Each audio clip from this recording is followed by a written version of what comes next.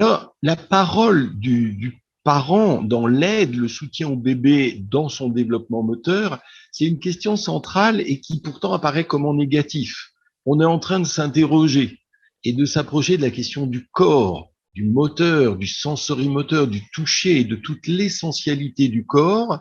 Et il faut d'un seul coup qu'on ait un moment d'arrêt pour se dire, mais le parent, c'est pas un corps sans psyché, sans vie psychique, c'est pas un corps sans parole. C'est évidemment un adulte qui a toute sa vie psychique, relationnelle, communicationnelle et son langage.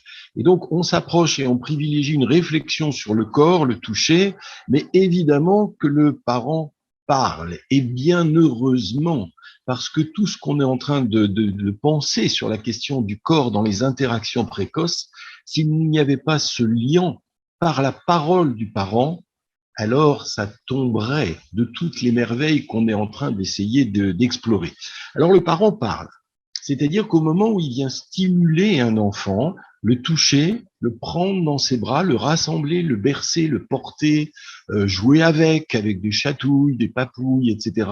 Dans toutes ces stimulations, le parent parle. Il ne fait pas que parler et il ne parle surtout pas pour ne rien dire.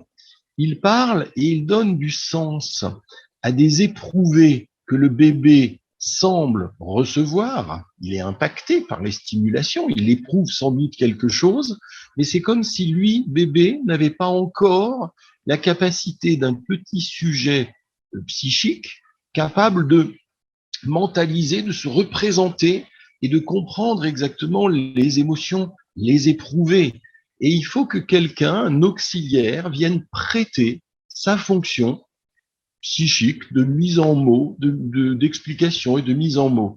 Et donc, on va doubler les stimulations quand on joue. Prenez l'image d'un bébé sur une table allongée.